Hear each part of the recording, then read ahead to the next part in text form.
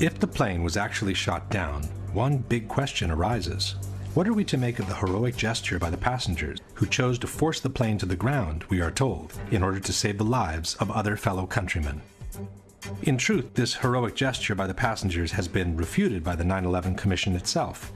It was the hijackers, wrote the Commission, and not the passengers, who chose to intentionally crash the plane in Shanksville. The passengers never even made it into the cockpit. From the final report we read, "At 9:57, the passenger assault began. But for more than 5 minutes," writes the Commission, "the passengers were unable to break into the cockpit. After a while, as the outside attack continued, Jarrah asked, 'Is that it? Shall we finish it off?' A hijacker responded, 'No, not yet. When they all come, we finish it off.'" It should be noted that this dialogue was allegedly extracted from the cockpit voice recorder of Flight 93, but the actual recording, as we have said before, was never played in public. At 10:02, a hijacker said, "Pull it down, pull it down." The hijackers remained at the controls, but must have judged that the passengers were only seconds from overcoming them. The airplane headed down, the control wheel was turned hard to the right. The airplane rolled onto its back, and one of the hijackers began shouting, "Allah is the greatest, Allah is the greatest." With the sound of the passenger counterattack continuing, the aircraft plowed into an empty field in Shanksville, Pennsylvania at 580 miles per hour, about 20 minutes flight time from Washington, D.C. Jarrah's objective, concludes the Commission, was to crash the airliner into symbols of the American Republic, the Capitol or the White House. Question: given that they were only 20 minutes away from Washington, and for almost 6 minutes the passengers had been unable to enter the cockpit, why didn't the hijackers continue flying towards the Capitol? And even if they thought they couldn't make it to Washington, why didn't they try to crash the plane onto a small town nearby? Why crash the plane in an empty field where they knew they could not kill any more victims than those that were already on the plane with them? Maybe a less fictional explanation for Flight 93 is the one offered by Vernon Gross, author and former NTSB investigator. The role the government plays in times of stress, how they view the public. Can the public stand the truth? Or shouldn't we need a legend at this point. We need a really neat story of reacting against such a dastardly act as was happening. So it's really nice and convenient to think of the Beamer story, let's roll. And that becomes just like the Alamo. And it's just one of those legends, and I think there'll be a lot of pressure to let the legend stay where it is. If we now summarize Flight 93, we have no proof whatsoever that the terrorists boarded the plane, nor that they were ever in the cockpit. An alleged hijacker who could not have flown an airliner in the way that Flight 93 was flown. A false, concurrent hijacking that called the attention away from the real one. No proof whatsoever that Flight 93 crashed in the field near Shanksville. An extended debris field which flatly disproves the official version of the crash and suggests that the plane broke up in mid-air instead. An unexplained small white jet leaving the area right after the impact. And the fact that the passengers who called from their cell phones could not have been on that plane to begin with, which strongly suggests their revolt was a scripted, fictional event intended to fuel a prefabricated legend.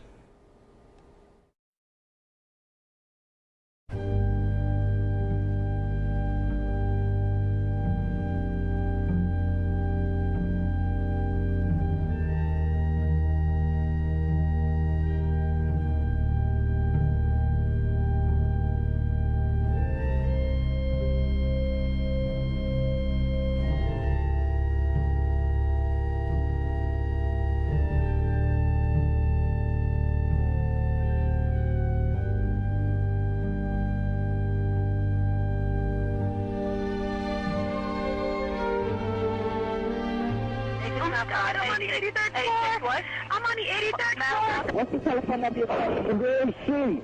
You can do anything there, 4AM, 2623. Are they going to be able to get somebody up here? Of course, man. We're coming up for you. Three of us in this office. We're not ready to die, but it's getting bad. There's no one here yet, and the floor is completely engulfed. We're on the floor, and we can't breathe. Please, hurry. No fire for now, and no smoke, right? Of course there's smoke. Where are you? Which way you guys up to? We're getting there. We're getting there. Doesn't feel like it, man. I got one kid. It's very hot. I don't see any air anymore. Okay. All I see is smoke. Smoke rises. We're on the floor. We're in a window. Can't see. Can you Stay on the line with me, please. Yes, ma'am, I'm gonna die, aren't I? No. I'm gonna die. Ma'am, say your prayers. Thank God to deliver him from the list. Help! Help! Ma'am? Help! What the hell happened? Oh my God! Oh, God!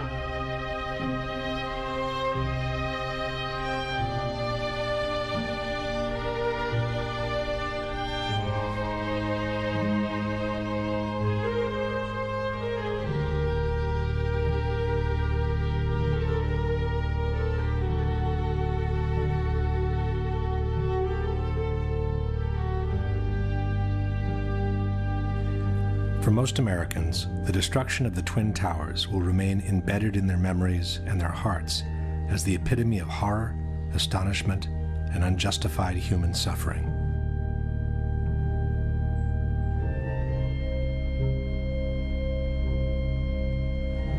But for some, it may have represented the moment where large corporate interests of global reach and cynical economic greed found the perfect place for a secret encounter. Common wisdom has it that the September 11 attacks destroyed two of the best jewels America has ever had. But exactly jewels, the Twin Towers were not. While they sat on some of the most valuable real estate in the world, after 30 years the Twin Towers had become obsolete. With each of the floors built as an open space of almost 1 acre in size, the rising cost of energy had made it extremely expensive to keep the buildings warm in winter and cool in summer. General maintenance was also very expensive compared to buildings from more recent years. In his 1999 book on the Twin Towers, Divided We Stand, author Eric Darton wrote, "When the World Trade Center was bombed in February 1993, it was already passing its prime as office space, overtaken by a generation of more recent, cybernetically smart buildings with higher ceilings and greater built-in electrical capacity. To maintain the Trade Center as Class A office space commanding top rents, the Port Authority would have had to spend $800 million rebuilding its electrical, electronic communications, and cooling systems. Furthermore, after the 1993 bombing, the tenancy had dropped dramatically, and it had been very hard to bring it back to normal levels. But the biggest problem with the Twin Towers was the large amount of asbestos they contained. Built in a time when the use of asbestos was still allowed in civil construction, at least 400 tons of this extremely dangerous material had been used to fireproof the steel structure of the buildings and to insulate hundreds of miles of pipings for water, heating, and air conditioning. Asbestos was also present in the ceiling panels, the elevator shafts, and the vinyl tiles from office floors. From a property condition assessment of the Twin Towers dated December 2000, we read, "According to Port Authority records, a total of 7 million square feet of vinyl asbestos floor tiles were installed in the World Trade Center. By the time asbestos was banned from civil construction, the Twin Towers were nearing their completion. Initially, the asbestos was encapsulated wherever possible to prevent the particles from being inhaled. But in the 1990s, the regulations grew tighter, and every time a simple renovation was needed, the complete removal and replacement of the asbestos was also required. At the same time, because of the health risk it posed, the cost of asbestos removal and abatement had been skyrocketing. Safety procedures required the areas to be treated to be vacated in advance, hermetically sealed, and kept under negative pressure at all times to prevent particles from escaping outside. Only specialized workers could access the area, wearing airtight suits and respirators. A full decontamination process was required every time they left the area. In the mid-90s, the Port Authority put out different bids for the removal and replacement of the asbestos in a case-by-case scenario. For example, this is a 1995 contract for the installation of 2 low-voltage substations in Towers 1 and 2. One section in the contract listed the replacement of asbestos at floors 41, 42, 75, and 76 in Tower 1 and floors 75 and 76 in Tower 2. Total cost for the asbestos removal and replacement, $868,000. Tower 2, 40th floor. Contract for asbestos removal and abatement. Total cost, $650,000. Towers 1 and 2, removal of asbestos and new ceilings at floors 7, 41, and 75. Total cost, $882,000. It soon became clear that the Twin Towers were quickly turning from a prestigious asset into a serious liability. From the December 2000 condition assessment, we read, from 1986 to 1999, a total 31 contracts were bid, and a total of $58.2 million was spent in abatement projects.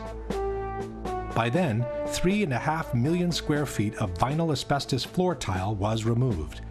Only half of the initial 7 million square feet installed. At the estimated cost of $5 to $6 per square foot, that accounted for an additional $20 million in cost for the Port Authority, and that was for the floor tiles only. There were also hundreds of thousands of square feet of spray-on fireproofing to be removed throughout both buildings. And then there were the elevators. This is the list of elevator shafts with asbestos-containing material as of December 2000. This is Tower 1. And this is Tower 2. Reportedly, by the year 2000, the Port Authority was looking at an asbestos abatement bill of as much as $1 billion, the same money it would have cost to build a brand new tower. Back in the 90s, the Port Authority had sued the insurance companies, trying to get them to cover the cost of the asbestos removal. But in May 2001, 4 months before the terrorist attack, the Port Authority of New York and New Jersey lost their 10-year-old court battle. At that point, the Port Authority was between a rock and a hard place. The Twin Towers could no longer be maintained without incurring the cost of asbestos removal, yet they could not be demolished because of the large amounts of asbestos they contained.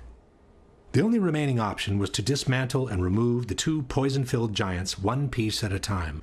But the cost of such an operation would have been so astronomical that no one has ever tried to put a number on it.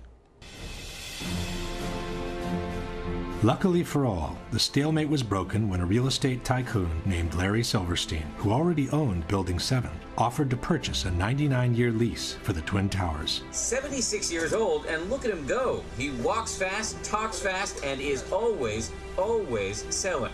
Silverstein seemed in a big hurry to close the deal. Even though he had been hospitalized for a car accident during the bidding operations, he asked his doctors to take him off the morphine so the deal could be finalized. So I told the doctor, I said, kill the morphine, and I got to get my people in here, because you can't think with morphine. So they let the morphine run down. The pain was terrible, but I brought everybody together, and that's when we framed our best and final bid. On July 24, 2001, Larry Silverstein celebrated the acquisition of the Twin Towers with a public ceremony. Silverstein signed the lease on the World Trade Center just 6 weeks before 9/11. He then took out an insurance policy covering the Twin Towers for $3.2 billion in case of total destruction. Silverstein then began spending every morning of the week in his new office in the North Tower. And so my mornings were spent at the Trade Center, and then by noon I was back uptown. But on September 11, luckily for him, Silverstein didn't go to work. Even though he had already scheduled a business meeting in the North Tower, he found out that his wife had made an appointment for him at the dermatologist. The morning of September 11th, Silverstein was scheduled to have breakfast at the restaurant at the top of the North Tower. He canceled at the last minute at the insistence of his wife, Clara, who wanted him to go see his dermatologist. That particular morning, my wife, God bless her, had made an appointment for me at the doctor. And I said, okay, yes, dear, I'll go. Everyone who was in that restaurant that morning perished. And then, just minutes later, received a telephone call to turn on a television set and witnessed this horrendous circumstance. This is how, on the evening of September 11, Larry Silverstein found himself in control of some 12 million square feet of new office space to be built on some of the most valuable real estate in the world.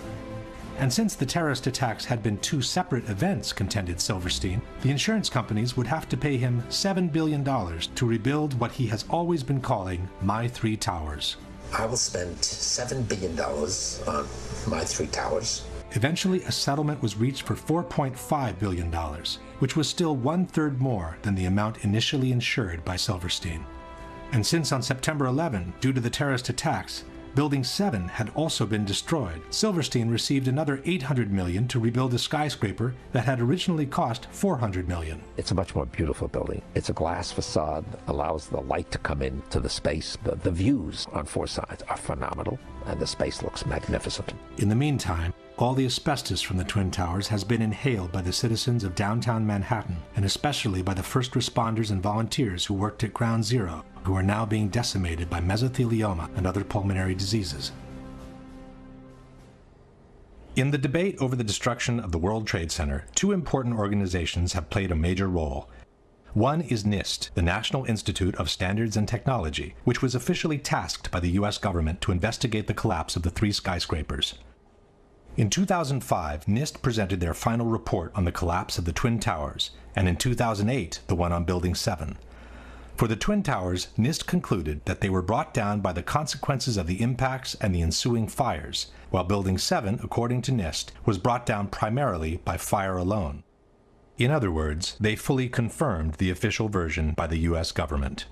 The other organization to bear weight on the debate has been Architects and Engineers for 9/11 Truth, an association of professionals in civil construction founded in 2006 by San Francisco architect Richard Gage. Architects and Engineers lists over 2,000 experts in structural engineering, science of materials, architectural design, fire protection, science of construction, metallurgy, and even experts in controlled demolitions. Since they've entered the fray, Architects and Engineers has brought to the table a solid amount of scientific information refuting the official explanation by NIST on the collapses and confirming the theory of controlled demolitions instead. At the same time, Architects and Engineers has acted as an unrelenting watchdog for every action taken by NIST, pointing out every single error in their work, and even forcing them, in some cases, to make corrections to their reports. I think it's something that we need to clarify and correct in the final version of the report. Okay. The first issue that needs to be clarified is the actual strength and solidity of the Twin Towers, since both the 9/11 Commission and the debunkers have made extensive efforts to depict them as extremely light and fragile buildings. The outside of each tower was covered by a frame of 14-inch wide steel columns. The centers of the steel columns were 40 inches apart. These exterior walls bore the majority of the weight of the building. The interior core of the buildings was a hollow steel shaft in which elevators and stairwells were grouped. Le torri di New York invece erano sostenute da un'intelaiatura esterna, da sottili nervature d'acciaio, insomma erano come dei parallelepipedi vuoti. Il World Trade Center era una struttura leggerissima, era la massima espressione del grattacielo leggero, come lo chiamano i tecnici. C'è un solo altro edificio che io sappia, che è quella che si chiamava un tempo la Sears Tower a Chicago, che usa lo stesso tipo di struttura. Dopo il World Trade Center nessuno l'ha più usata. As we shall see, all these statements are false. Contrary to traditional skyscrapers, where all the support columns are equally spaced, in the Twin Towers, part of the supporting columns had been moved towards the exterior wall, creating a large column-free space available for rental. For this reason, the external structure had literally become a grid of steel columns made with prefabricated blocks that were mounted on site. These are the thin steel nerves mentioned by debunker Alberto Angela, 244 steel columns placed approximately 2 feet apart, which supported 40% of the weight of the towers. Far from being two empty parallelepipeds, the internal structure was comprised of 47 steel columns, so long and sturdy that a special factory in Japan had to be built in order to assemble them. It was the core structure to support the majority of the weight of the building, 60% of it, and not the external structure. The core structure seen on the left is what the 9/11 Commission has called a hollow steel shaft. This is the same core structure near the base of the tower. The core structure was an actual, extremely robust steel skyscraper built within another skyscraper. The core structure housed the stairs, the elevators, and all other services needed for the functioning of the tower. The inner walls of the core structure were made of simple layers of sheetrock. A long series of steel trusses connected the core structure to the external one and supported the floors. The floors were also prefabricated rectangular pieces covered by a thin layer of concrete. The internal and external structure connected through an umbrella-like structure called a hat truss, which kept together the towers and bound them from above. The idea that this kind of structure is fragile and therefore no longer used after 9/11 is disproven by the new Building 7 built by Larry Silverstein. A strong central structure supports the majority of the weight of the building. Long steel beams support the floors and connect the core structure to the external one, allowing for a large column-free space in between. A very similar concept to the one used in the Twin Towers. Most importantly, the debunkers forget to mention that the Twin Towers were built with a structural redundancy of 3 to 5 times the weight they were meant to support. This structure was capable of holding 3 to 5 times the weight. These buildings are built to handle several times the load above them. So those perimeter columns could handle 5 times the load above them, and the core columns could handle 3 times the load above them. In addressing the solidity of the Twin Towers, the Massachusetts Institute of Technology stated that its 244 perimeter columns made it one of the most redundant and one of the most resilient skyscrapers. On the same subject, the architectural firm of Roth & Sons wrote, "The building as designed is 16 times stiffer than a conventional structure. The Vierendeel trusses would be so effective, according to the engineer's calculations, that all the columns on one side of a tower could be cut, as well as the 2 corners and several columns on the adjacent sides, and the tower would still be strong enough to withstand a 100-mile-per-hour wind." John Skilling, the structural engineer who designed the Twin Towers, stated, "Live loads on these perimeter columns can be increased more than 2,000% before failure occurs." In particular, the Twin Towers were designed to sustain the impact of a large airliner traveling at 600 miles per hour and still remain standing. Interviewed in 1993 by the Seattle Times, John Skilling stated, "We looked at every possible thing we could think of that could happen to the buildings, even to the extent of an airplane hitting the side. Our analysis indicated the biggest problem would be the fact that all the fuel from the airplane would dump into the building. There would be a horrendous fire, a lot of people would be killed, the building structure would still be there." And it was. After the impacts, both towers remained standing, showing no major effect on their stability. Furthermore, NIST has confirmed that the initial jet fuel fires themselves lasted at most a few minutes. This means that from that moment on, the only available source of fuel for the fires was common office furnishings. And, as we know, regular office fires are not hot enough to affect the stability of a steel structure. No steel frame high-rise building has ever collapsed due to fire. In over 20 years, I have not seen, until recently, a protected steel structure that has collapsed in a fire. These kinds of designs have performed extraordinarily well over history. In fact, until this occurrence, no building had fallen down because of fire. Furthermore, NIST estimated the combustible fuel loading was somewhat lower than found in prior surveys of office spaces. The number of interior walls, and thus the minimal amount of combustible interior finish, and limited bookshelf space account for much of the differences. There was no reason for the towers to collapse at that point. With a structure that had clearly withstood the impacts, and with less than average office content to feed the fires, both buildings should have remained standing, allowing for the evacuation and rescue of everyone who had survived the initial impacts and the fires. Instead, both buildings suddenly collapsed from top to bottom, one 56 minutes after the impact, the other as much as 1 hour and 42 minutes after the impact of the plane. Why? The debate on the collapse of the Twin Towers centers around 2 major questions.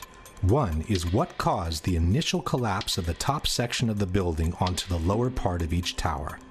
The second is what caused the complete destruction of the remaining healthy structure below, once the top section had collapsed on it.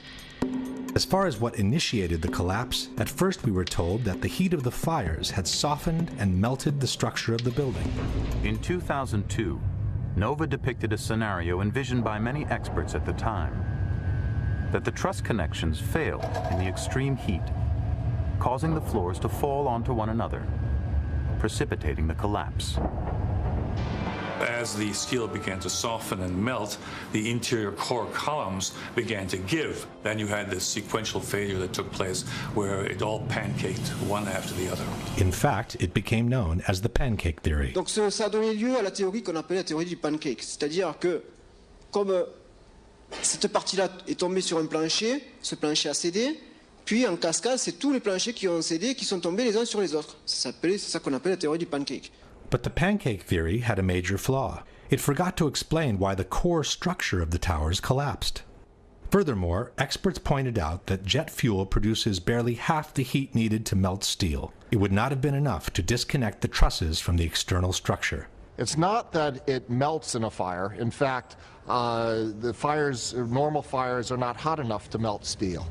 Even if you were, for example, to use an unusual fuel like kerosene, you cannot achieve temperatures hot enough to melt steel. At that point, the official explanation backtracked and settled for a more generic weakening of the steel due to the fires. You don't need to melt the steel columns, you just need to start weakening them. What we found is it doesn't take temperatures high enough to melt steel. It just has to heat up the steel so it expands and then softens and weakens the structure until it collapses. In the new explanation, the initial failure was no longer blamed on the rupture of the steel trusses, but on their sagging due to the heat. The trusses stayed connected to the columns, even as they sagged from the heat. They pulled on the columns, bowing them inward nearly 5 feet in some areas, until the columns reached the breaking point. Il cesio continua ad ardere, sta scaldando l'aria e scalda l'acciaio del solaio soprastante, che a questo punto comincia a flettersi, perde la propria resistenza ai carichi, si flette, tira in dentro le colonne, e a un certo punto le colonne della facciata, che sono portanti, portano circa il 40% del peso della struttura, si rompono. Suddenly the column snapped, and as a result the entire top of the building came down pretty much in free fall because the kinetic energy that was unleashed was just huge. NIST also maintained that the impact of the airplanes widely dislodged the fireproofing from the trusses, hastening the process that eventually caused them to sag. It should be noted that NIST made the dislodgement of the fireproofing a necessary condition for the towers to collapse. The buildings would not have collapsed under the effects of the airplane impact and the jet fuel ignited multi-floor fires. And the reason it collapsed is because the fireproofing was dislodged. But the theory of the sagging trusses created even more problems than the one before. First of all, there is no proof whatsoever that the fireproofing from the steel had been widely dislodged by the impacts, as NIST has maintained. The steel structure of a skyscraper is elastic, not rigid, and it absorbs the impacts by slowly swaying back and forth, not by vibrating. The building swayed slowly one way toward the Hudson River to the west. And by the time it came back, I just jumped up and just had to get out of the elevator. In fact, there are good reasons to believe that the fireproofing from the steel was not dislodged at all, as in the following example. This is James Glanz for the New York Times. When the plane hit the North Tower between the 94th and the 98th floors, Steve McIntyre, an engineer for the American Bureau of Shipping, was reading his email on the 91st floor. The plane hit, and I think he described it as the biggest wham he'd ever heard. But there wasn't much shaking. His email was still there after the impact. He was still staring at a glowing screen. He had a little knick-knack, a piece of slate in the shape of a sailboat, hadn't fallen off his desk. Pictures of his wife and kids just propped up on a bookcase were still upright. Nothing had fallen over. McIntyre was just below the point of impact. If his pictures didn't even fall, why should the spray-on fireproofing have been detached from the steel trusses? Secondly, there's no proof that the temperatures were high enough to seriously weaken the steel in any case, with or without fireproofing. The majority of the jet fuel was burnt up instantly in the big fireball, and it was gone. The fires that were left were office furnishings and carpet and things like that. A lot of things in these kind of buildings have to be fire resistant by nature. It's required by code. In their computer simulation, NIST claims to have observed temperatures beyond 1800 degrees during the fires. But NIST has used their own computational model, and they've never published the data from their simulation. When architects and engineers asked to verify the computer model used by NIST, their request was denied. The truth is that NIST itself admitted in their own report to have no proof for temperatures high enough to seriously weaken steel. From the NIST report we read, of the more than 170 areas examined on 16 perimeter column panels, only 3 columns had evidence that the steel reached temperatures above 250 degrees centigrade, or 480 degrees Fahrenheit. Only 2 core column specimens had sufficient paint remaining to make such an analysis, and the temperatures did not reach 250 degrees centigrade. No conclusive evidence was found to indicate that pre-collapse fires were severe enough to have a significant effect on the microstructure that would have resulted in weakening of the steel structure. In other words, NIST openly admits to have no proof to support their own theory. In conclusion, the known facts are: steel melts at about 2800 degrees Fahrenheit. Softening can begin at about 1100 degrees Fahrenheit. Except for 3 isolated spots, NIST admits to have found no proof of temperatures beyond 480 degrees Fahrenheit, which is less than half the temperatures needed to seriously weaken steel. On the other hand, there is multiple evidence that the temperatures needed to seriously weaken steel were not reached for a sustained time in the Twin Towers. The first one is that a group of 16 people managed to descend through the area devastated by the impact without obviously being burned alive. One of them is Brian Clark. And when we came to the 78th floor, the last layer was standing, but it was cracked, and there were flames licking up the other side of the wall like this. It wasn't a roaring inferno. I sensed that the flames were maybe starved for oxygen right there, you know, in the interior. We kept going, and we got onto the 74th floor. When we got down that far, normal conditions. The lights were on, fresh air coming up from below. Attivissimo has maintained that these people managed to survive because in that part of the building the stairwell runs on the side of the tower and not through the center. Quando sono passati di lì, sono passati attraverso una zona che era nell'angolo opposto rispetto agli incendi. Quindi è logico che non siano stati bruciati. Questa scala fa questo giro e scende. In truth, stairwell A traverses to the side of the tower on the 82nd floor, but Clark and his colleagues were on the 84th. This means they descended 2 floors in the center of the tower before crossing over. Furthermore, one of Clark's colleagues went back from the 81st to the 91st floor before descending all the way to the ground. Ron DiFrancesco, who went in the 81st floor with me, he went up to 91, caught up to the people, laying down on the floor, to thinking that there was fresher air at floor level. He made his way back to the stairs. And so I started to run downstairs, and so I ended up on ground level, and I went to walk out. Had there been a temperature of 1100 degrees around the stairwell, nobody would have been able to go through it alive. Secondly, there is a series of thermographic images shot with an infrared camera showing temperatures much lower than those needed to soften steel. This is the North Tower, seen from below. It's 9:18, about a half an hour after the impact of the first plane, and the indicated temperatures do not reach the color yellow, which means they don't exceed 100 degrees centigrade or 212 degrees Fahrenheit. And this is the South Tower, some 15 minutes after the impact of the second plane.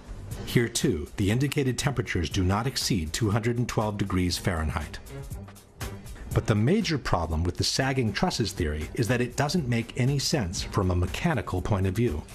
Even assuming the temperatures were high enough to make them sag to such an extent, where did these relatively thin trusses find the strength to pull and then break apart a supporting structure much larger and stronger than they were? The phenomenon suggested by NIST is called thermal expansion. If one assumes that the trusses were forced to expand downwards by the vertical structures resisting the push, it means they were weaker than the structure, and they would have never found the strength to pull it inwards. If instead the trusses sagged on their own, so weakened by fire to become unable to support their own weight, where would they find the strength to pull and break apart the same structure that had easily supported them when they were strong and healthy? In either case, the idea that the trusses alone would have been able to pull and break apart the external structure makes no sense. As we shall see, the external structure did bow inwards before the towers collapsed. But a much greater force than their own must have been applied to those trusses for them to be able to pull and break apart the structure they were attached to. Question: can you provide any evidence that the fireproofing from the steel trusses was widely dislodged by the impact of the planes, which NIST has made a necessary condition for the collapses to be caused by fire? Can you provide any evidence that the temperatures in the Twin Towers were high enough and lasted long enough to seriously weaken the steel in the areas where the initial collapses occurred? Can you explain how a sagging truss weakened by heat could pull and eventually break apart the structure it is attached to with no external force being applied to it? If the explanation by NIST on what caused the initial collapse seems seriously flawed, their explanation on what caused the complete destruction of the towers does not exist. Within more than 10,000 pages filled with technical data of relative importance, in a footnote on page 82 of the NIST report we read, the focus of the investigation was on the sequence of events from the instant of aircraft impact to the initiation of collapse for each tower. For brevity of this report, the sequence is referred to as the probable collapse sequence, although it does not actually include the structural behavior of the tower after the conditions for collapse initiation were reached and collapse became inevitable. With the simple word inevitable, NIST purports to have explained the total destruction of 80,000 tons of a perfectly healthy steel structure upon itself. The area below the damage zone where the planes flew in and where the fire was, that area below that, those 80 or 90 stories, 80,000 tons of structural steel was not damaged in any way. Yet you stood there and watched it destroy itself, wiping out floor by floor all 287 structural columns as if they didn't exist underneath the damage zone. When a well-known debunking website wrote to NIST asking for a clarification on the sequence of the collapses, it received a similar answer. NIST did not describe the specific sequence of events after global collapse initiated. This astonishing statement has been repeated by NIST over and over again under the most surprising of justifications. Once the collapse initiated, the video evidence is rather clear. It was not stopped by the floors below, so there was no calculation that we did to demonstrate that, what is clear from the videos. This is tantamount to saying, once the Pearl Harbor attack initiated, the video evidence shows that the U.S. fleet was quickly overwhelmed by the Japanese, so we didn't feel the need to find out why it happened. To make up for this embarrassing void, the debunkers often point at some independent studies which purport to explain the collapses by gravity alone. Ci sono opere tecniche come quelle che vedete citate qui che analizzano in estremo dettaglio la dinamica del crollo delle torri gemelle e non trovano niente di strano. The study most quoted by debunkers is called What Did and Did Not Cause the Collapse of the WTC Twin Towers in New York by Czech engineer Zdeněk Bazant. But in his own study, Mr. Bazant admits to have worked on a one-dimensional model, while he states, the high tilt seen on the South Tower top would call for a three-dimensional model of progressive collapse. In any case, it is not up to private studies to explain the collapse of the Twin Towers. NIST received $20 million of taxpayers' money to determine why and how World Trade Center 1 and World Trade Center 2 collapsed following the initial impacts of the aircraft, and to this day they have not done so. This is why Architects and Engineers has kept pressing NIST, asking them to publish their data in regards to the potential energy released during the downwards movement of the upper stories and the absorptive capacity of the intact structure below the collapsed zone. Structural engineers do this every day. This is not rocket science. You have the known weight of this building mass. You have what are known columns below it in order to resist it. You let it go in your models and you calculate what the resistance is. Why didn't they do it? Could it be because they knew darn well that it would not have collapsed at all? In fact, it could be suggested that NIST never explained the collapses by gravity alone because it would be impossible to do so without violating at least two of the most fundamental laws of physics. One is Newton's third law of motion, which states that for every action there is an equal and opposite reaction. This means that two opposing forces will neutralize each other. In a head-on collision, the two cars absorb each other's kinetic energy and transform it into physical deformation or damage. After that, the system comes to a rest, as there is no more energy to be dissipated. The top section, pushing on the bottom section, it's going to meet equal forces as it goes. Both sections are going to be demolished at the same rate. So by the time you've crushed up 15 stories below it, the top 15 stories are also going to be crushed. And so there's nothing left now to crush the rest of the building. Something of this kind is what we should have seen when the top section of the towers collapsed onto the lower one. The upper and lower sections should have mutually destroyed each other until all the energy is dissipated and the system comes to a rest. Alternatively, as shown in this experiment with two towers made of snow, the top section could have fallen off to the side after the initial collapse. What could not have happened is this. A little tiny chunk of the building can't possibly fall and crush the entire structure below it. This is such a simple, fundamental concept that architects and engineers were astonished in seeing it totally ignored by NIST. This is high school physics. And our whole society is being led to believe that these fundamental laws of physics, hard science, don't apply anymore.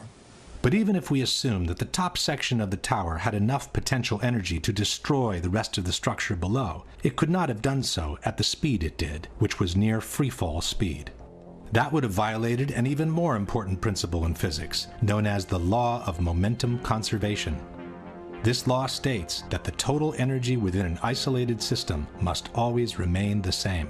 As we have seen, the energy can be transformed within the system, from motion to physical deformation. But for the deformation to begin, the velocity must decrease in order for one kind of energy to be transformed into the other. No new energy can be added to the system. One particular example of momentum conservation is freefall. Freefall happens when the only force applied on an object is gravity. This means that all the potential energy contained by the object is converted into vertical motion. As soon as the falling object hits an obstacle and breakage occurs, the speed must decrease because some of its energy needs now to be converted into physical breakage. It takes energy to break things apart, and that energy must come from within the system. Thus, the falling rock cannot keep falling at free fall speed and break apart at the same time because it doesn't have enough energy to do both. Let's go now to the Twin Towers and ask a simple question. Assuming that the top section on the left contains enough potential energy to destroy the rest of the tower, and assuming we dropped both upper sections at the same time, which one would hit the ground first? It would be the second, of course. As it finds no obstacles in its path, the section on the right would quickly accelerate to free fall speed and maintain it all the way to the ground. The section on the left instead needs to use some of its energy to destroy the structure below, so it could never achieve free fall speed. In the case of the Twin Towers, however, both upper sections fell with an acceleration close to free fall speed, as if their path had been practically free from obstacles. It took each tower between 10 and 12 seconds to collapse to the ground, while an absolute freefall time would have been 9.2 seconds. In other words, both upper sections of the towers found enough energy to destroy 80,000 tons of healthy structure below, while accelerating to near freefall speed. This is, as we have said, absolutely impossible by gravity alone. The law of momentum conservation won't allow it. A building cannot do free fall with a huge steel structural system in place to support it. The Twin Towers could not have come straight down through the resistance of 80,000 tons of structural steel at the speed of practically free fall.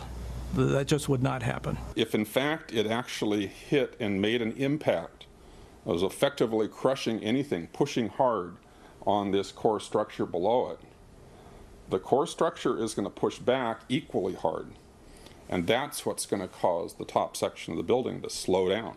As energy is drained away from the system to deform those members, it would slow down the descending mass and cause a descent at less than free fall speed. There is only one way for those buildings to have collapsed at the speed they did. The buildings fall at a speed which can only occur if the structure has been removed, the vertical structure. The same Shyam Sunder from NIST has acknowledged that free fall can only be achieved with the absence of a structure below. Free fall time would be an object that has no structural components below it. But what could have removed the supporting structure below, since the falling section didn't have any extra energy to do so? The fact that it's coming down at free fall says all of the energy is being used to just make it go straight down, which means it's coming down through itself and not breaking up the building as it goes. Something else has to be clearing the way. There is only one known way to allow that kind of acceleration while removing the supporting structure. A building cannot do free fall without it being blown up. That's the only way it could come down at free fall. The only way that a building can accelerate as it collapses is by having pre-engineered, precisely timed, and precisely placed explosives. In other words, controlled demolition.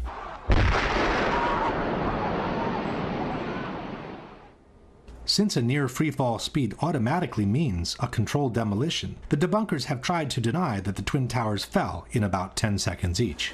Tempi di crollo, si parla di 10 secondi, tempo di caduta libera, esatto, ma i tempi di crollo delle torri gemelle non sono quelli di una caduta libera, sono, sulla base dei video disponibili, di almeno 16 secondi. Basta ascoltare la durata del boato.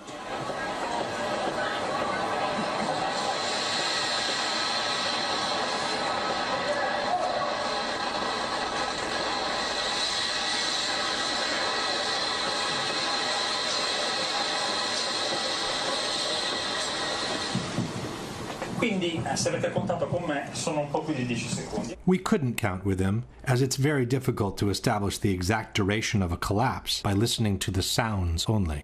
Furthermore, a couple of seconds more or less would not make a big difference, as the time for the transfer of momentum between each collapsing floor must be considered anyway.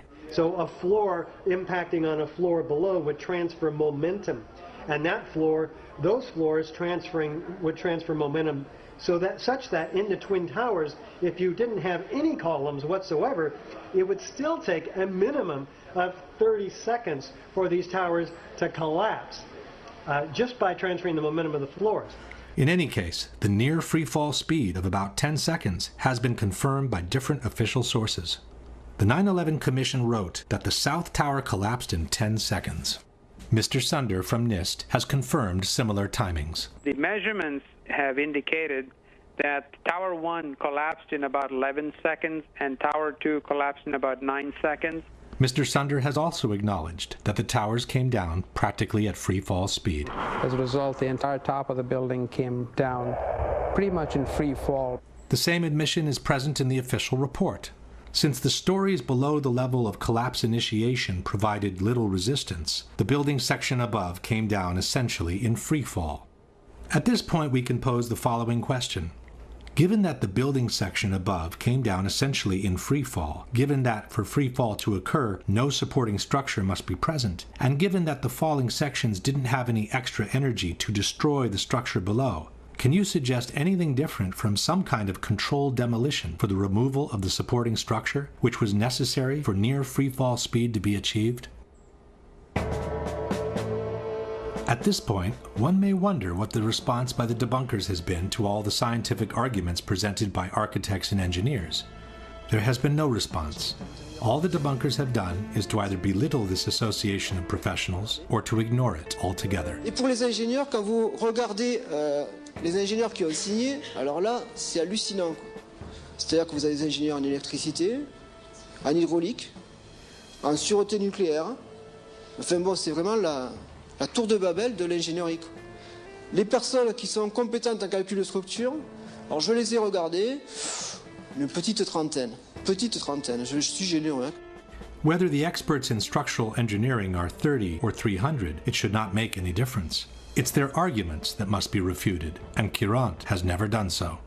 Attivissimo instead has chosen to belittle architects and engineers as a whole by terming all its members as gymnasium builders. Abbiamo soltanto Richard Gage e i suoi 1200 costruttori di palestre che dicono ma secondo noi. But Attivissimo has never responded to their arguments either.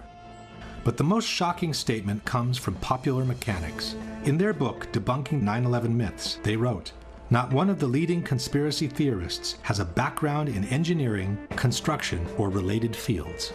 This statement appears both in the original publication, dated 2006, and in the revised edition, published in 2011.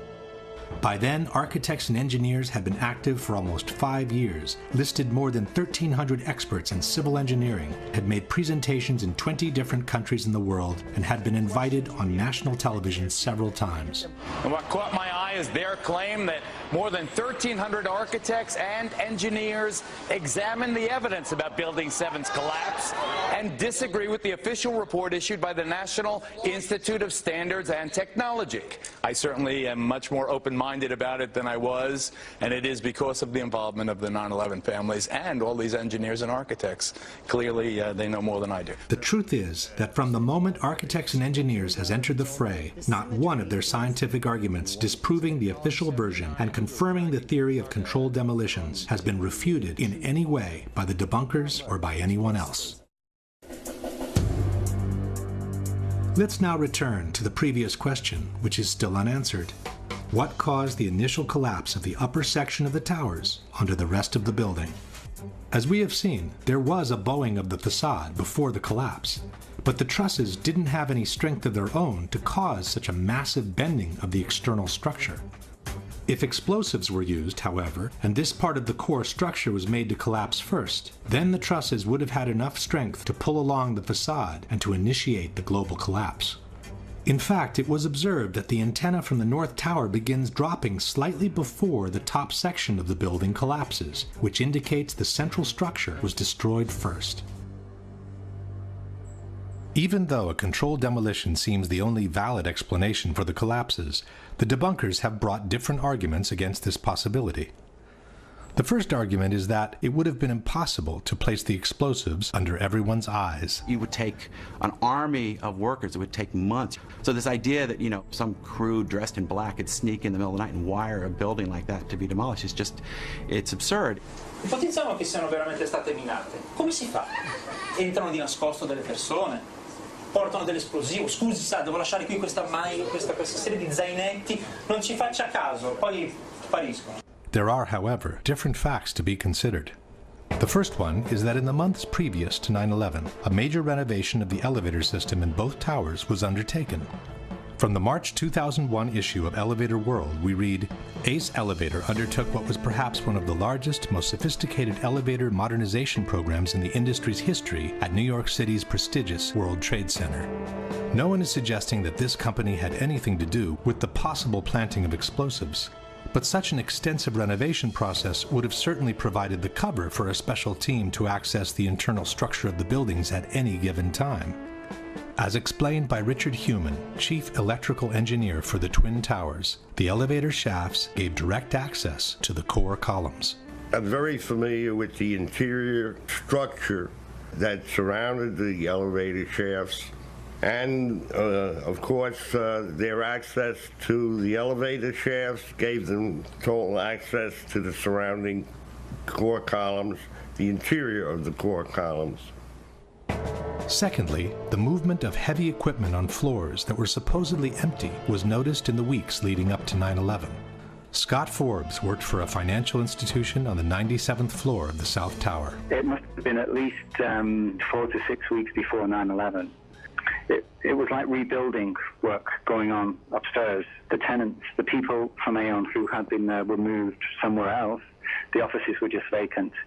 And there was a lot of heavy machinery building work going on. It was almost like pneumatic drills and lots of hammering, so much so that the floors were shaking. That's how noticeable it was. It was almost as if something heavy was being moved and then it was being taken off wheels, and it was like, boom. Our floor underneath literally shook.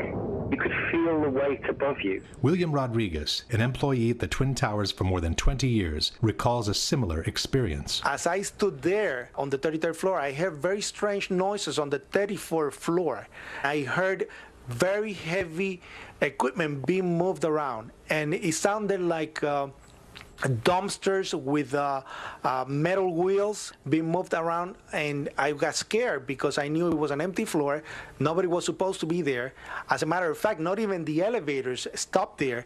You have to have a special access key to open the door on the 34th floor.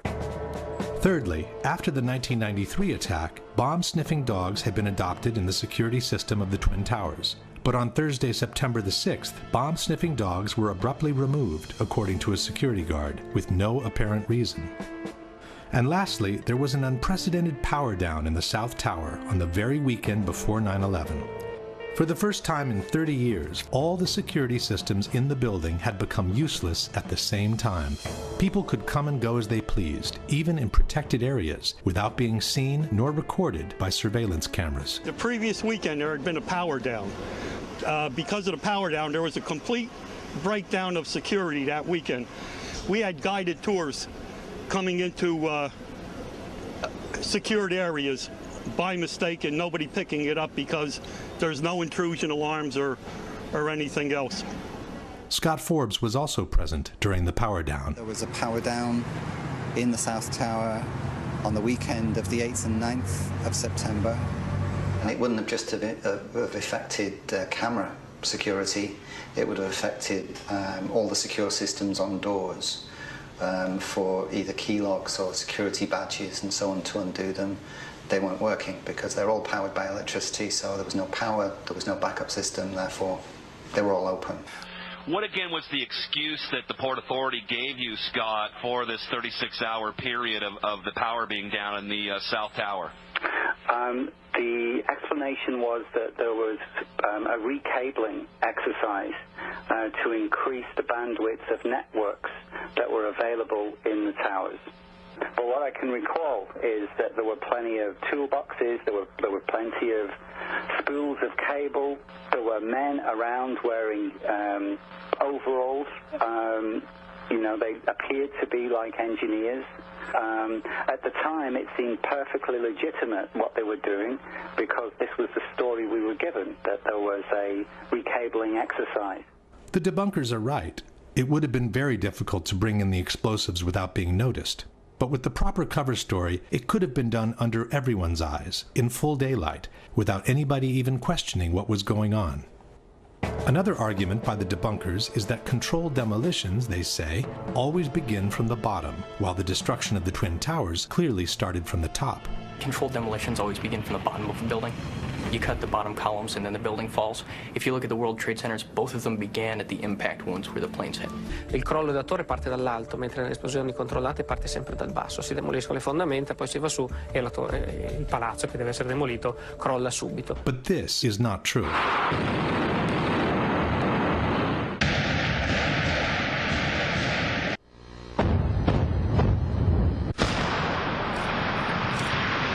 Every controlled demolition can be designed according to the needs. In fact, sometimes it's not a good idea to start from the bottom.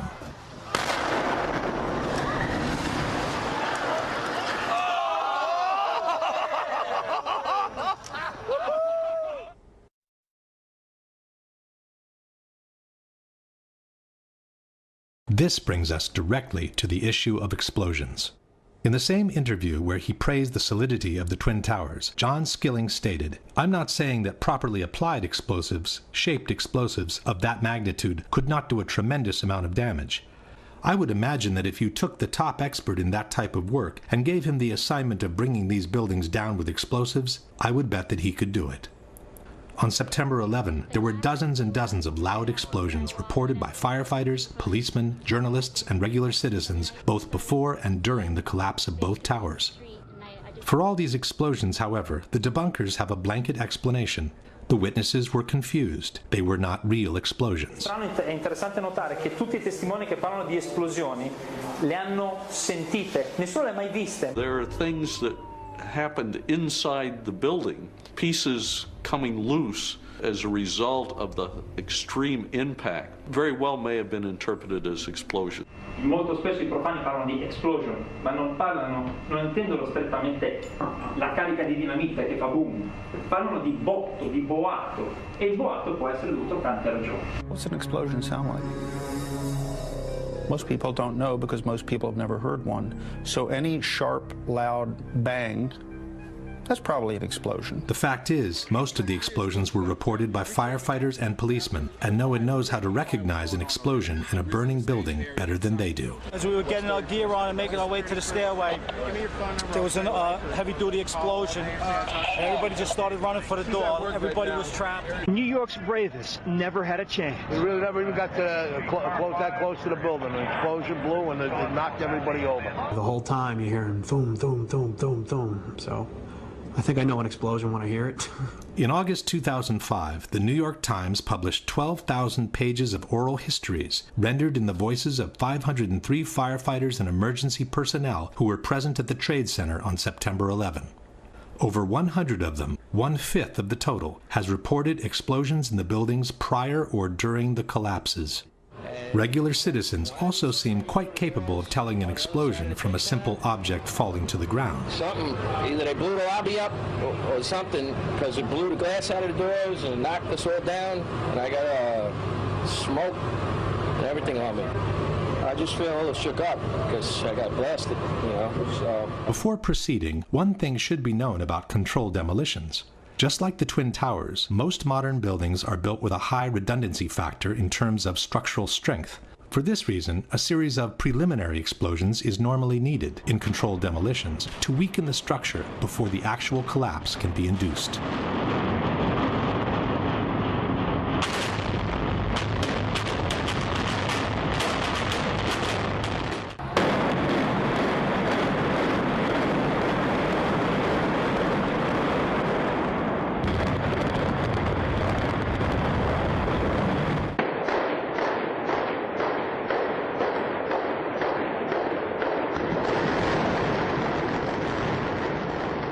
Obviously, in the case of the Twin Towers, it would not have been possible to set off the preliminary explosions all at once, just before the collapse. To make them less noticeable, it would have been wise to set them off at separate intervals, any time between the impacts of the planes and the collapse of the towers. For this reason, it's important to keep in mind the exact chronology of the events. 8:46, first impact into the North Tower. 9:03, second impact into the South Tower. 9:59, collapse of the South Tower. 10:28, collapse of the North Tower. 5:20 in the afternoon, collapse of Building 7. Witnesses normally call first explosion the one that came with the impact of the planes, while they call secondary explosions all those that took place in separate moments between the impacts of the planes and the collapse of the two towers. We got that first secondary explosion really got us spooked because we were in the building. Then there was secondary explosions and then the subsequent collapses. We've heard reports of secondary explosions after the aircraft impacted. According to several witnesses, there was a secondary explosion that took place in the basement of the North Tower just before the plane hit the building. At 8:30, he says he was headed to level B4 in Tower 1, 4 stories below ground. I go downstairs, the foreman tells me to go to remove the containers. As I'm walking by the main freight car of the building, in the corridor, that's when I got blown. I mean, the impact of the explosion, of whatever happened, it threw me to the floor. Morelli then remembers a second explosion, separate from the first. I was racing, I was going towards the bathroom. All of a sudden, I opened the door, I didn't know it was a bathroom, and all of a sudden a big impact happened again.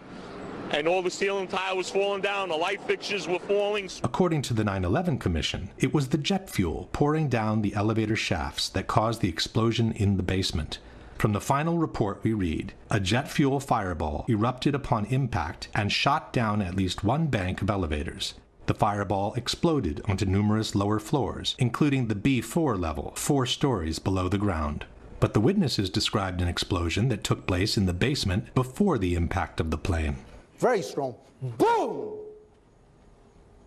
An explosion so hard that pushed us upwards. Upwards.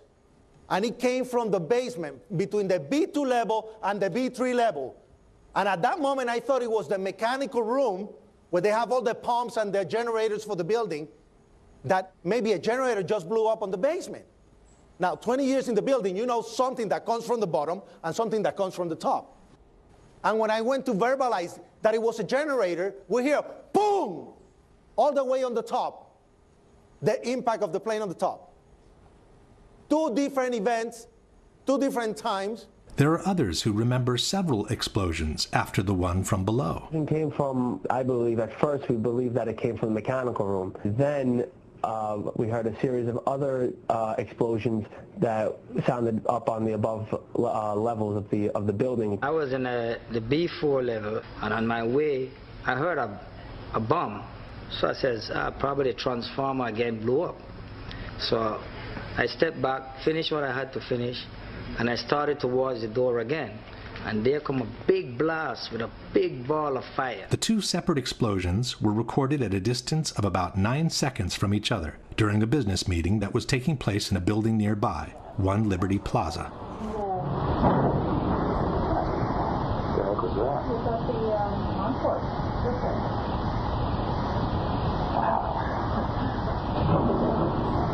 Sound like something crashed. When faced with this precise question, the editors of Popular Mechanics chose not to answer it, and fell back on the generic explanation of the jet fuel in the elevator shafts. Ask what your guys' explanation is for Willie Rodriguez's testimony that he heard, experienced, and his coworkers were actually burned by an explosion in the basement of the North Tower prior to the plane hitting, and this has been verified by at least 20 different eyewitnesses. Jim Meggs of Popular Mechanics.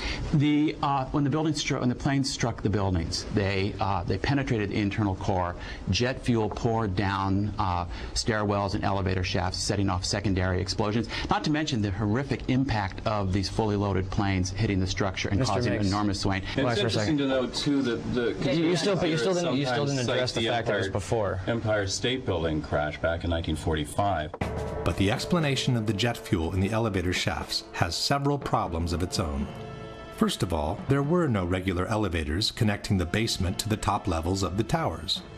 Each tower consisted of 3 separate buildings, built on top of one another, each with their own elevator system. There were only 2 elevators connecting the lobby to the 44th and 78th floor. But the plane struck on the 95th floor, which means the fuel could not have poured down these elevator shafts. There were only 2 banks of elevators that went all the way from the basement to the top of the towers, and they were mostly used by maintenance people. In one of these elevators was Arturo Griffith. Well, I was on my way from B2 to 49th floor. Not only didn't Griffith get cremated by this supposed ball of fire, but he also remembers 3 separate explosions. And there was a loud explosion and the elevator dropped. When the elevator finally stopped, they had an explosion that bring the doors inside the elevator. And then they had another explosion on the panel that threw me, against the wall. Most importantly, the theory of the jet fuel in the elevator shafts fails to take into consideration the volumes involved. Each tower had an approximate volume of 2,160,000 cubic yards. The planes that hit the towers carried an estimated 10,000 gallons of fuel each at the time of impact. 10,000 gallons is the equivalent of 50 cubic yards. This in-scale graphic shows what 50 cubic yards look like next to the volume of the tower. Assuming that about half of the fuel was consumed in the initial explosion, we would be left with some 25 cubic yards of fuel available. But most of this fuel is needed to ignite the fires at different floors, as explained by Mr. Meggs himself. Jets crashed into buildings. They crashed at an angle, which meant that their wings, which is where they store most of their fuel, cut through multiple floors. So they splashed fuel and debris across multiple floors of the building, igniting fires. So even assuming that, for some strange reason, 5 of those cubic yards were all to end up in the only elevator shaft that goes all the way to the bottom of the tower, there wouldn't be enough to reach the basement in significant quantities. Your typical 10-foot by 30-inch backyard pool contains roughly 1,000 gallons of water, which is the equivalent of 5 cubic yards. Imagine dumping the water from this pool into this kind of elevator shaft with a drop of more than 1,000 feet below, and you'll get the idea of how much fuel can actually reach the bottom. In any case, the fuel in the elevator shafts theory could never account for the powerful explosion that literally devastated the lobby of the North Tower 1 hour after the first impact and before the collapse of the South Tower. There was a secondary explosion, probably a device either planted before or on the aircraft that did not explode until an hour later. Then somebody said that they saw an airliner go into one of those towers. Then, I don't know, an hour later than that, we had that big explosion from much lower. I don't know what on earth caused that. In fact, these firemen reported 3 large explosions in Tower 1, which took place after the plane's impact. They also confirmed it was the 3rd explosion to devastate the lobby of the tower.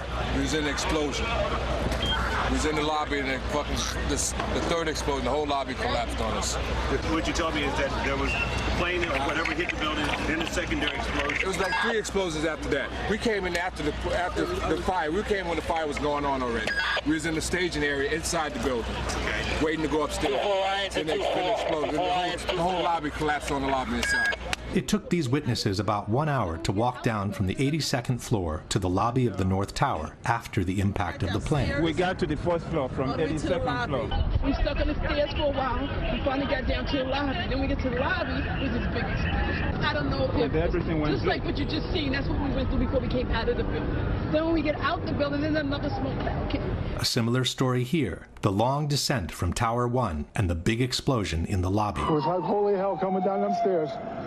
And then when we finally got to the bottom, we were coming out on the mezzanine level there, and another explosion came right from it, just everyone flying. Yet another similar story. Big boom, come down the steps, everything fine till we got to the basement, and then everything just fell in. I got trapped under there with another guy, crawled out, kept getting hit in the head, bounced all around. Finally, we clawed our way out over the rubble. The situation in the lobby was such that there was no doubt on what had happened. The ladies that are with me were in the World Trade Center in the first building and escaped through the lobby, where they report they believe there was a bomb in the lobby. We ran down the steps to the lobby. There was no lobby. Everything was torn up. We came outside in the lobby. There was no lobby. The lobby was totally gone. Did you see other people?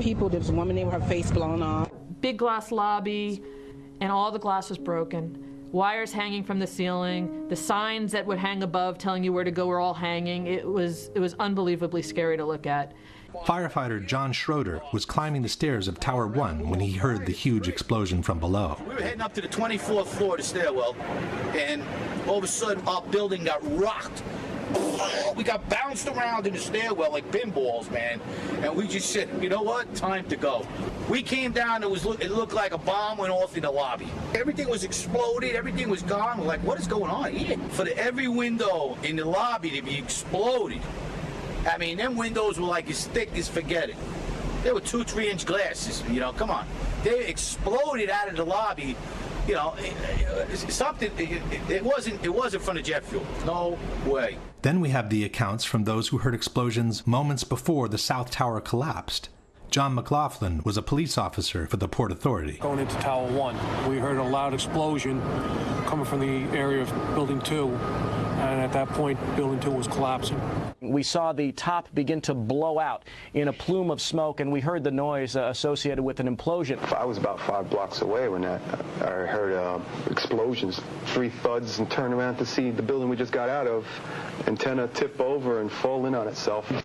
And then all of a sudden, 3 tremendous explosions, and everything started coming down. Then there was a tight sequence of detonations during the collapse of the South Tower, which many described as firecrackers. You heard a big explosion before the building fell? I saw it as it was happening, and it sounded as if you had 100 of those little black cat firecrackers and you lit them all off at once. That's what it sounded like. It sounded like the finale of the 4th of July.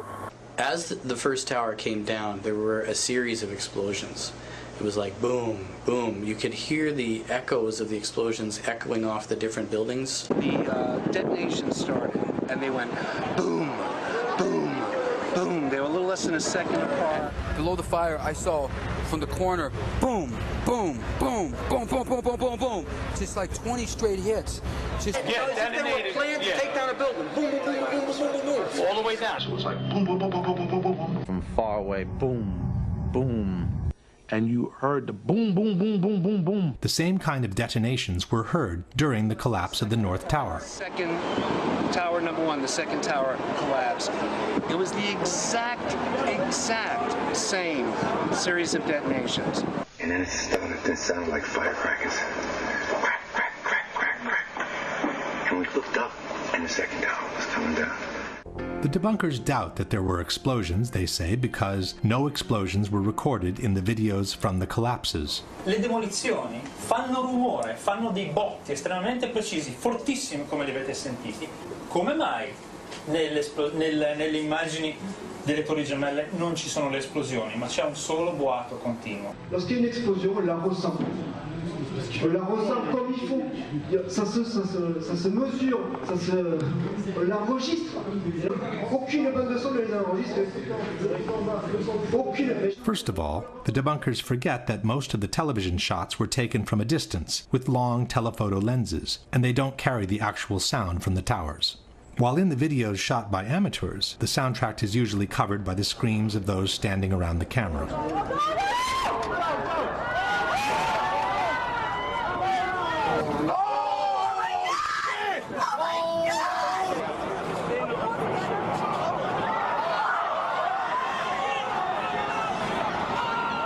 In any case, it's not true that no explosions were recorded by video cameras.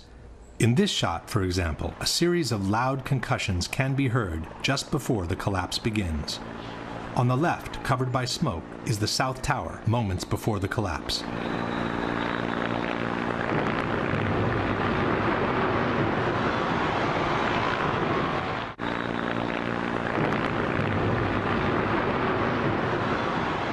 In this shot by ABC television, the initial explosion can also be heard. Listen carefully after the words FBI agents. This is as close as we can get to the base of the World Trade Center. You can see the firemen assembled here, the police officers, FBI agents. You can see the 2 towers. A huge explosion now raining debris on all of us. The explosion can be heard even better by separating the stereo track of the microphone from the one of the camera. Here, the police officers, FBI agents. Here, the police officers, FBI agents. The same explosion can be heard in the same clip used in a PBS documentary.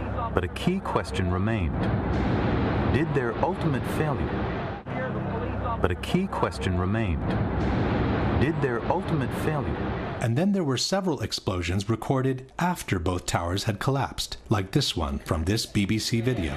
This one was recorded after both of the twin towers had collapsed and before Tower 7's collapse.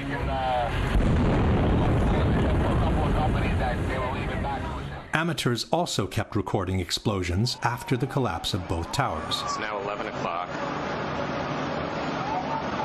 Still hear continuing explosions, but...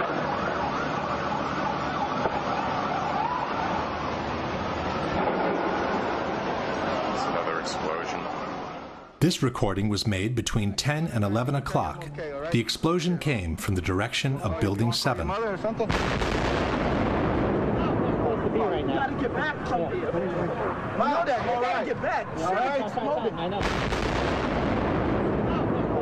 In fact, a big explosion in Building 7 was reported before either tower had collapsed. Sometime after 9 o'clock, Barry Jennings was descending the stairs of Building 7, trying to reach street level.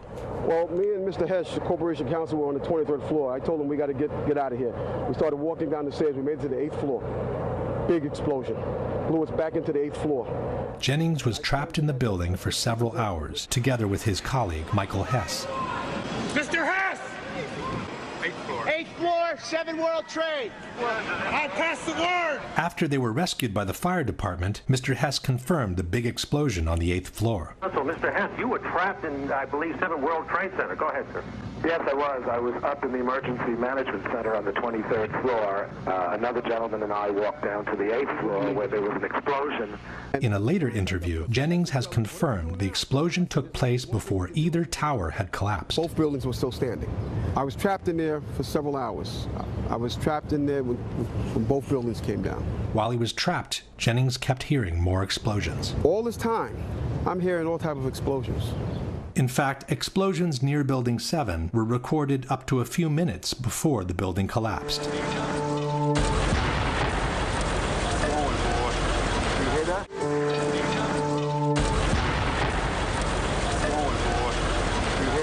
And finally, there is also someone who saw an explosion up close, through his very eyes. It's Ron DiFrancesco, the same person who had descended from the 91st floor of the South Tower all the way to the lobby. When he was exiting the building, he heard an explosion. He spun around, and a fireball was coming down the hallway at him. He put his arms up, blew him across Church Street. He woke up in the hospital 2 days later. Yeah, I had burns, they say, on 80% of my body, and I had a broken bone in my back, and I guess my ears were turned inside out just with the burns. My head was very swollen. You know, I had my contacts in, so they were melted to my eyes, and... To doubt the content of all these accounts does not mean to have debunked the claims of explosions. It means to willfully ignore dozens and dozens of dramatic testimonies which describe a story of September 11 quite different from the one we have been told so far. Question. Given that after the initial explosion and the ensuing fires, there wouldn't have been enough jet fuel left to pour down the elevator shafts in substantial quantities, can you explain the at least 3 separate explosions reported by multiple witnesses at the time of the first impact in the North Tower? In particular, can you explain the huge explosion reported by multiple witnesses in the basement of the North Tower moments before the impact of the plane? Can you explain what caused the huge explosion that literally devastated the lobby of the North Tower, according to multiple witnesses, about 1 hour after the impact of the plane and before the collapse of Tower 2? Can you explain what caused the big explosion reported by Mr. Jennings and Mr. Hess on the 8th floor of Building 7 before either tower had collapsed?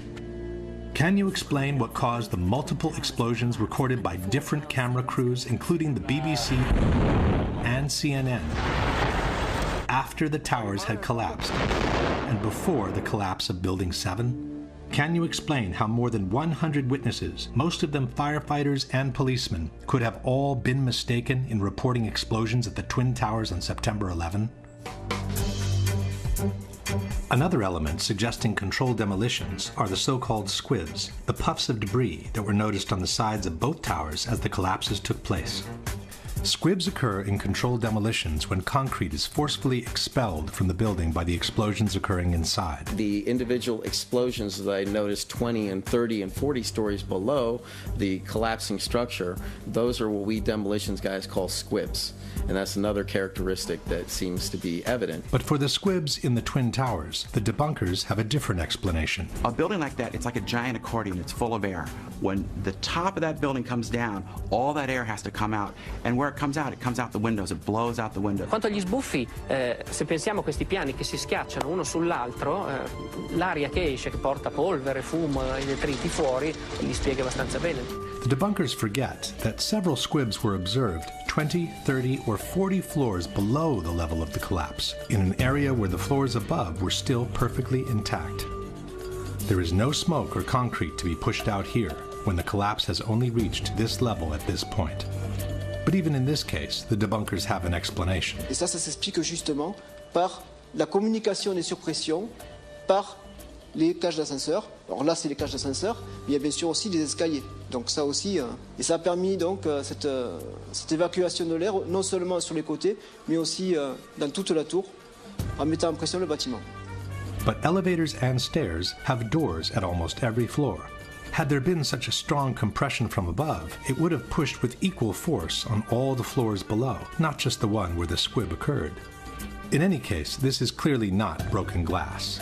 Glass fragments from a window would not even be visible from such a distance. These are high-speed ejections of concrete and other solid debris, which can only be explained by a powerful explosion having occurred nearby. There is even one case in which the expulsion of material, and possibly a human being, takes place before the collapse has begun.